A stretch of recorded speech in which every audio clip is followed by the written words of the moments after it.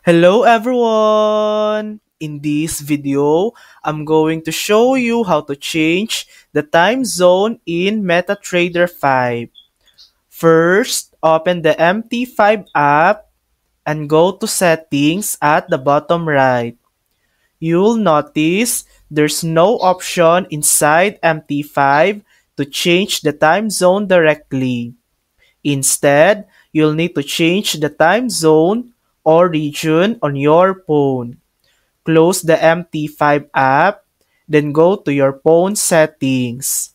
Search for region or date and time, and change your region or time zone there.